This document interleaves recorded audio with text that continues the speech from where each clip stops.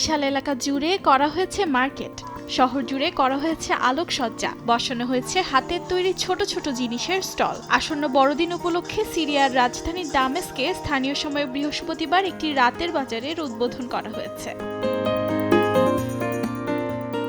আসাদ সরকারের পতনের ঠিক 10 দিন পর দেশটিতে দেখা মিলল এমন আনন্দঘন পরিবেশের। ক্রিসমাসকে কেন্দ্র করে মার্কেটের স্টলগুলোতে নানা ধরনের জিনিস বিক্রয়ের জন্য তুলেছেন ব্যবসায়ীরা। ভিড় জমিয়েছেন অনেকে, ঘুরে দেখছেন স্টলগুলো। মার্কেটে আলো দিয়ে তৈরি করা হয়েছে একটি বিশাল আকারের ক্রিসমাস ট্রি। শহরের বর্ণিল আলোকসজ্জার সঙ্গে নিজেদেরকে ক্যামেরা বন্দি করে নিচ্ছেন দর্শনার্থীরা। অনেকে আবার নিজ দেশের পতাকা হাতে দাঁড়িয়ে আছেন গর্বের সঙ্গে।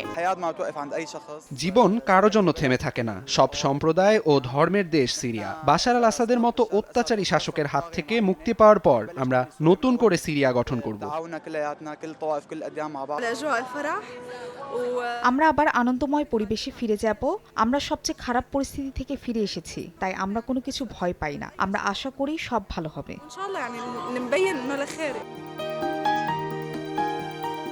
খ্রিস্ট ধর্মের সবচেয়ে বড় উৎসব ক্রিসমাস উদযাপন করতে অধীর আগ্রহে অপেক্ষা করছেন সিরিয়ার বাসিন্দারা। অর্জিতা শাহজিন, সময় সংবাদ।